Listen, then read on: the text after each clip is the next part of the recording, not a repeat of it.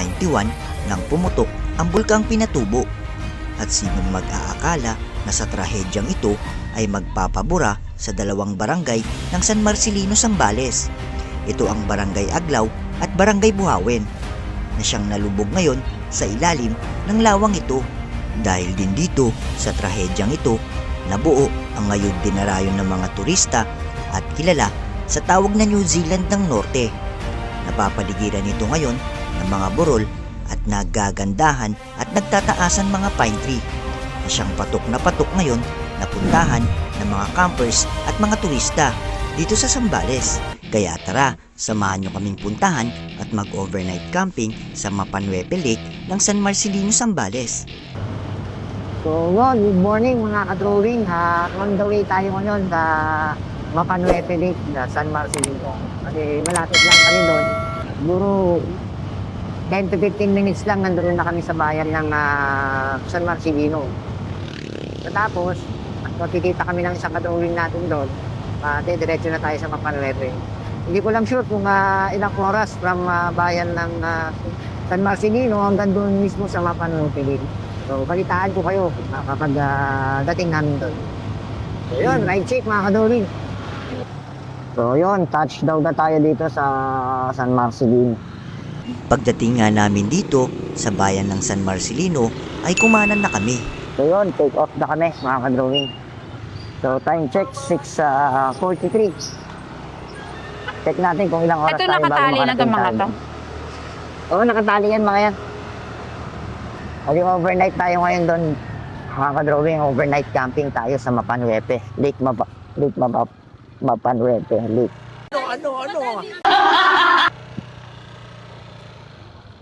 Market day pala ngayon. At dito na nga kami dumaan, gawa ng nakasarado sa kabilang daan dahil market day.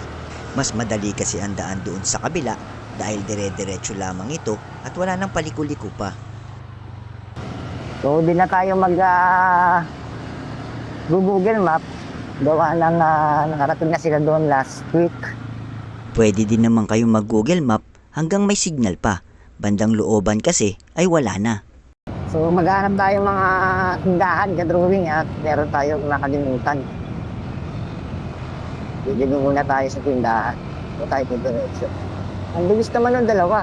Ayoko magpatambo naman bilis mga ka-drawing kasi marami yung laman nung ano namin. Ito. Dito na yung lahar eh. So yun, dito na tayo mga drawing sa lahar. So, ang takip na dito. Ito na yung Malikabuk. Ayan. Tapos, start na rin ng rough road. Ayan. Daming pine tree oh. Buti wala nga mga truck ngayon. Kasi pag maraming malalaking truck dito na bumiyahe, sobrang alikabok. Parang basa yung daan, parang tumutulan siguro dito.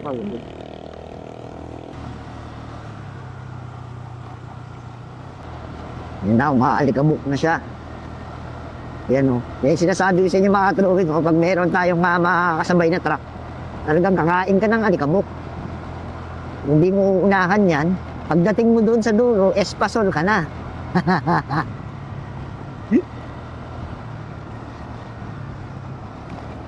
Yan, tulaan natin itong overtaken. Ayan mga. Sunod-sunod tayo mga ka-drawing. Oh. Dito yung babaan yung mga truck. Oh. Kumukuha ng buhangin sa baba.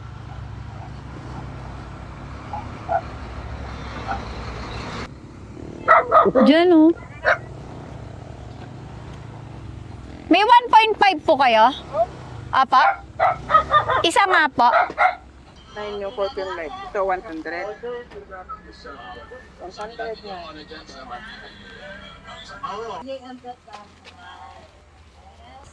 Bumili kami soft drinks.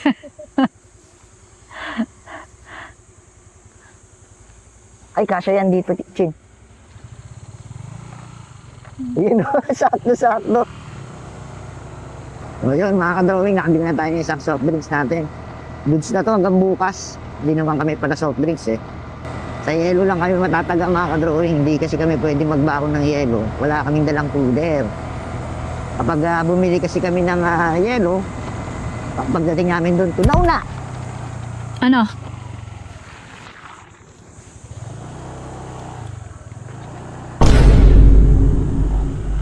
Hawakan ko na lang. Nadumihan na. Iinumin mo ba yung ano? Ha? Akin na.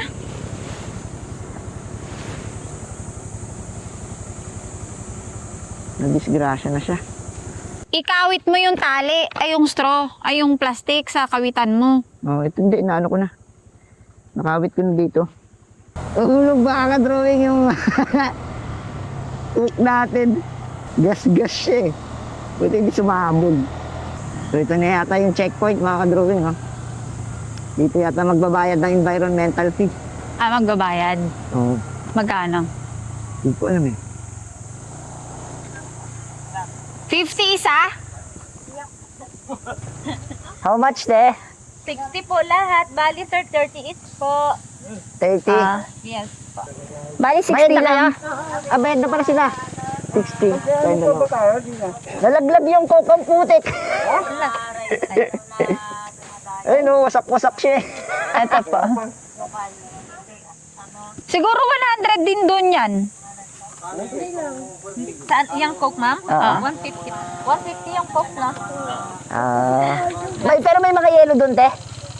Yung nabibili po natin na 6 pesos or 10 pesos dito, 25 po doon. Wow. Okay na yun, kasi wala. So, wait lang po. Sa tour guide, may choice kayo kung kukuha kayo o hindi. Ang isang tour guide nga pala ay nagkakahalaga ng 800 pesos. Back and forth na. So, ibig sabihin yung isang yelong bahay, 25 pesos. Oo. Wow. Okay na yan. Para naman, ganun lang naman yan eh. Kikita sila, trabaho tayo, paikot-ikot. Eh, hindi rin naman biro yung tinatahak nilang effort na pagdala ng mga bibilhin natin doon mga ka-drawing. Kaya syempre, mataas. Mataas na yung price kapag dating sa Mapanuete. Disadvantage talaga kapag gantong nakamotor tayo, limited lang talaga yung pwede nating dalhin. Pero syempre, kesa naman na wala tayong magamit, bibili na lang tayo kung magkano yung presyo nila. Yung binabayaran mo kasi dito mga ka-drawing, hindi yung presyo nung bibilin mo, kundi yung effort kung paano nila ibabiyahe yung mga goods na dadalhin sa Mapanuete. Siyempre, gagamit din yun ng gasolina, kung gaano karami babiyahe nila, mabigat na naman yan, punta doon. From checkpoint, kung saan tayo nagbayad ng environmental fee, ay dumediretso na lang kami hanggang sa makita namin itong bagong bridge na ito, na siyang magduduktong papuntang Mapanuete Lake. At pag nakita nyo na nga ang bridge na ito, ay kakaliwa na kayo dito hanggang sa marating ang pinakadulo nito.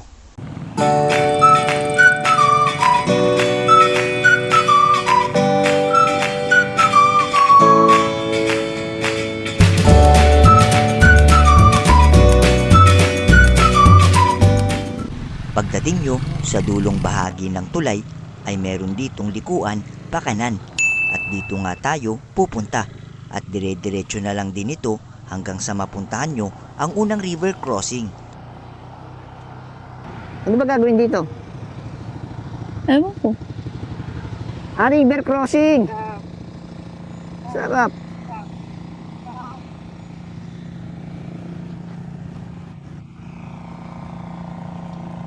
Nag-iigib sila yung bumbero.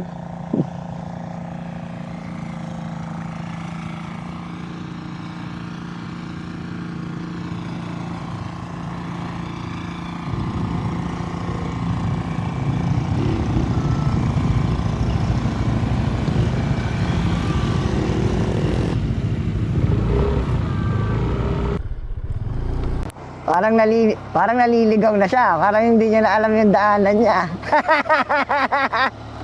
Asan yung mga van kanina? Hindi ko alam. Dito daw. Thank you! Ayun o, yung mga pa-uwi na eh. So, sa crossing na to, pag makikita nyo crossing, tatlo. sa Parang papunta intersection doon. kasi dito eh. So, kakanan tayo dito sa mga nilalabasan ng tao. So, yun, dito kami medyo nalito. So, kakanan pala daw dapat. Kanan, sa Ayan, intersection, Tinanong namin yung nakakulong-kulong na katutubo. katutubo. Ayan o, sakto may lumabas na kotse. Mukhang tama nga yung daan namin. Yan ba yung private? Ha? Tayo, dito o dito? Ano to? Camp 3. Dito, iba ng ano to? Picturean ko nga yan. Dito tayo? Saan mo maganda? Sabi niya dito eh.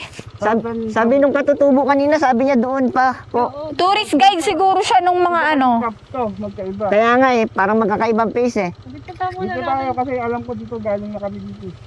Diyan kayo nanggaling nung nakaraan. Dito tayo naman. Try natin. Oo. Hanapin natin yung baka ni Yana. Oo nga yun, wala doon. At narating na nga namin ang Mapanwepe Lake. Malayo pa lang ay kapansin-pansin na ang ganda ng lugar na ito. Nakala mo isang napakagandang painting na iginuhit sa ganda ng tanawin nito. Wow, ang ganda.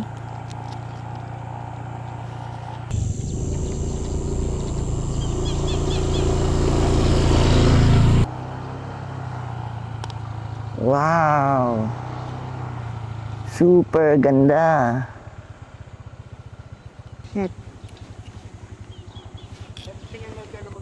Ha? Asan yung may malapit sa ano? Iba doon sa kabila, madami doon crowded doon. Ay, si ano? Ay, siya. Ay, tindahan. Nung nakaraan. Dito kayo? Oo, doon kami. Doon. Andun lang kayo. Oo. Dito tayo. Ay, maganda yung spot natin na. Kasi hindi kami pwede dito, yung mga bata. Baka Baka magtalunan sa ilog. Oh. Dito tayo sa tabi ng ano, Juan? upuan. Para may upuan tayo. Yan, dyan! Dyan na lang. Saan tayo magte-tent? Dito. Mataas dyan. Dapat sa patag. Ay, dito, Sara. Ay, kaya lang matatakpan natin yung view. Eh, pwede naman natin ilipat yan. Nabubuhat ka eh. Oh. Ayaw nga.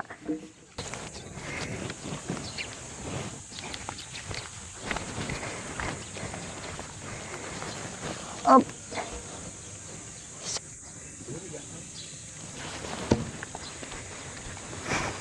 Para nakaharap kami sa...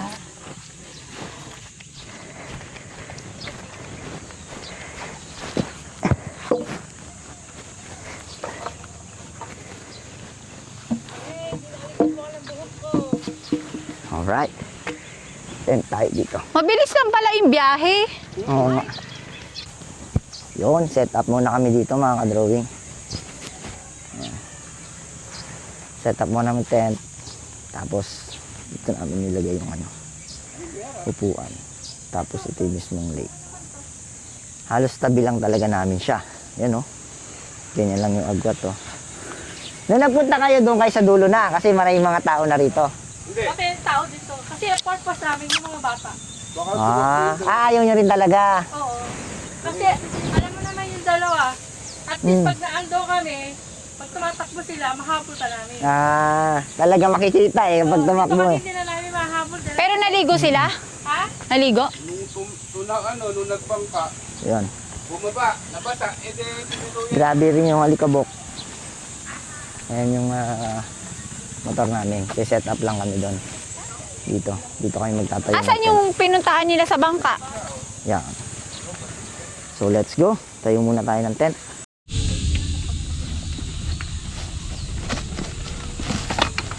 So yun, mag-set up muna kami ng aming tent. Pati pa sila Kuya Ayi, tapos naman set up. Kami nagbababa pa lang. Medyo marami yung dala nung motor namin. So makita nyo mga ka-drawing, yan set up na motor namin. Napagkasya namin. Mamaya pag nalagay namin yan dyan, tingnan nyo kung gaano karami yung laman. Kala nyo yan lang yung laman yan ha. Wait nyo lang.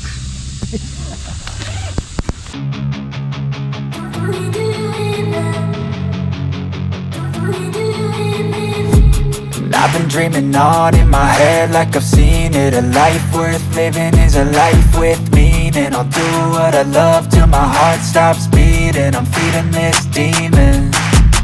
Got a taste, can't erase bitterness in my face. Work a job every day. Salas mo na yung time lapse. So yun, nahahanap tayo ngayon ng tubig. Wala na kaming tubig kasi hindi nakasya sa motor namin. So hanap tayo ng bigyan ngayon ng tubig. Fine, turn. Tsaka na ng yelo. Hanap tayong tindahan. Do your dreams fade away like a card never change? Play the game that we say. I need a break. I'm staying strong. Need to move on to be what I want. I'll keep dreaming. Ayun, may tindahan din dun. Oh.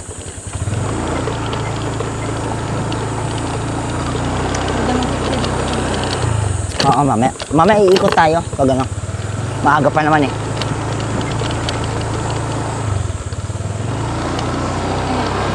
Ayan o. Wala. Ayan yung buko, yung sabi mo. Gusto ko yan. Pero mamaya na. May tubig kayo, te? Yung nakagalon. Magkano yung ganon? 150? Ito kami, hanap kami nung bilihan tubig. Dito mamaya, bibili tayo ng tubig natin. Ito yung Starlink daw. Ano dito? Dito yung Starlink. Internet. So, kailangan natin ng internet, guys. Aabil tayo ng internet. Magkano? So, yun. 150 daw ang per 24 hours. Kukonek ka lang para may internet. Kasi dead spot kasi dito. Wala tayong pagkakonektan. Ano yung 50 per device ng pag-charge? Charging. Hanggang ma-full charge. Opo. Ah. Te, ano kami ng tubig? Te, may tinda rin ba kayong yelo? Magkano ang yelo nyo? 25? Malaki yon? Saan kayo mag-ano, sir? Ha? Yung doon, yung may kulay blue na tent. Diyan lang. Oo, overnight. May nag-215, sir. Tas babalik na lang pag buo. Okay lang. 215 ko, sir. Sige. Pagbalik, saka babalik na lang yung deposito. Okay lang po. Sige po. So yun, dito yung yelo niya. Saan natin lalagay yan? Ayan. Yung lagayan ko doon naman. Kulay blue? Oo, yung kulay blue. Magkano isang yero? 25 daw. Dalawa na yun. Oo, hindi pa dalawa-dalawa muna. Tapos babalik tayo kasi may cooler naman sila. Yung cooler natin hindi rin masyadong ano yun eh. Pagdating namin dito ay nagbayad lang kami ng 60 pesos per head pag nakamotor ka for overnight camping. 30 pesos naman pag day tour. Iba naman ang price pag 4 wheels ang gamit mo. Nasa 300 pesos ang day tour at 600 pesos naman ang overnight para sa kanilang parking fee. Yung. So kakain na muna kami. Ulap namin hanggang bukas. Ulap namin isang buwan yan. Biryani. Alright, let's eat. Aesthetic, you know? Saan? Nasaan yung takip na? Damn, what a hell of a view. I feel good, you look great. I like you, I can't wait. A first time, a first date. You're so fine. Matapos nga naming mananghalian, habang kami nagpapahinga, ay may di inaasahang bisita ang dumating. Ay puti. Diba gamit mo? Ka-video? Ayaw. Gago mamaya, sirain yung ano natin yan. Ayan, nasabi ko sa inyo. Uy, baka suwagin ka, ha? Hey dudes. Hindi ah. Ay!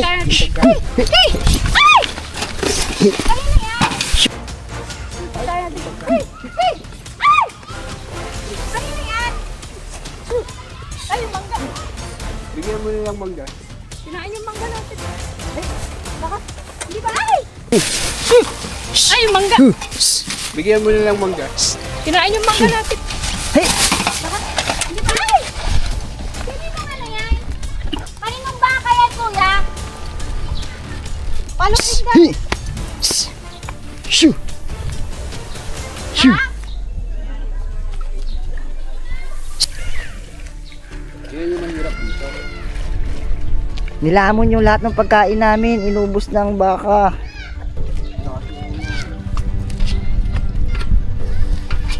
Guys, inubos ng baka yung ano namin. Pagkain namin. Ayun, ayun. Oh. Shh! Uy! Shh!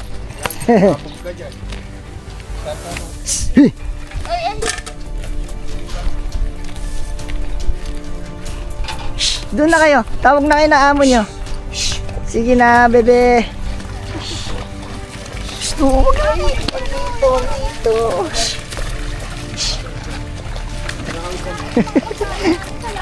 Inubos.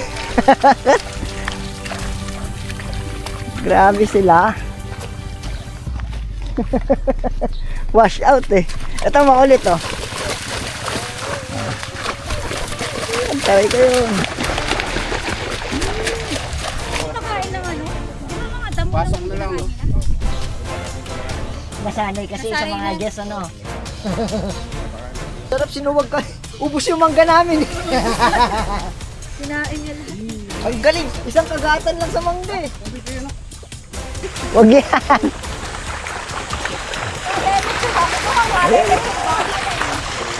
Ayan sila. Inubos yung aming ulam ng mga baka. Buti yung biryani, di kinain no. Ang masama niya, suruin yung... Sumo yung kotse no. Ayun, natutulog din. Ay, titirahin na yung biryani, tinahin. Kaya nga eh.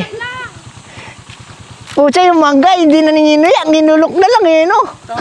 Isang kagat lang. Putik. Dahil na-stress kami sa mga baka, ay naglakad-lakad muna kami dito. Rainforest. Kapaligiran dito ng pine tree. Ang dami pwedeng pagpwestuhan. Tara, tingnan natin kung ano meron dun sa dulo. Dito banda yung Sunken Church, Chin. Diyan, no? Magbabangka ka. Papunta pa doon. Oh. Oh, kaya lang mahal yata nung bayad sa 1K bangka. daw. 1K nga, isang bangka. Kaya ilan lang kasya doon.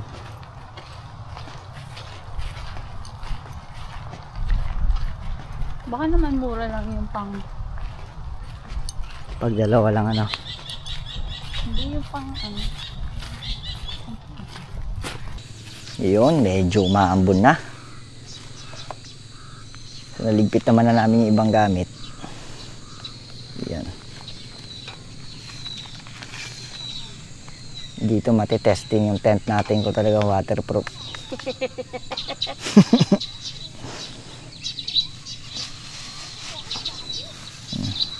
Ito talaga hindi na natin masisindihan to pag tumuloy ang ulan. Ready pa naman.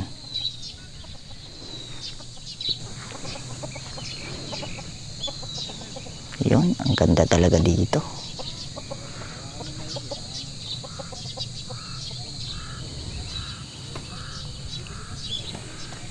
Yan. Wala na rin yung iba. Halos dito karamihan. Halos kami na lang din dito. Tsaka itong katabi namin.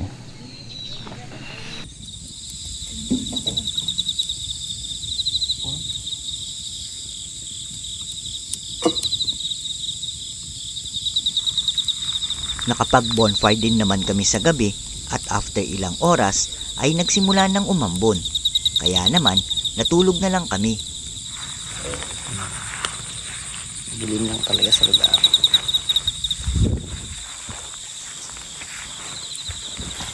Eleven o'clock ng gabi. Lakas ng ulan.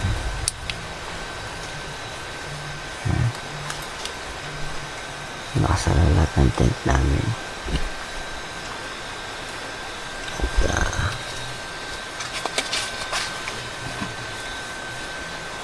Malakas ng ulan. Sana huminto na.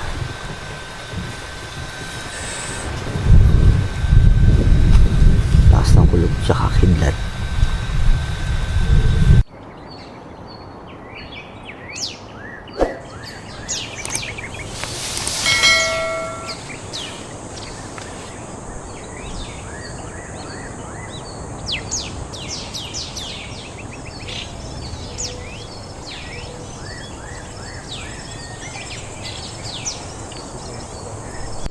Paggising nga namin ay nag-almusal lang kami saglit, pagkatapos nagligpit na din kami. Bitin lang talaga sa oras pag nasa magandang lugar ka Ang importante ay nai-experience namin ang mga ganitong kagandang tanawin. Kahit medyo busy kami sa aming mga trabaho, isa mang bangungot o isang masamang trahedya ang nangyari noon, isa naman napakagandang tanawin ang siyang nabuo ngayon. If you came along with me.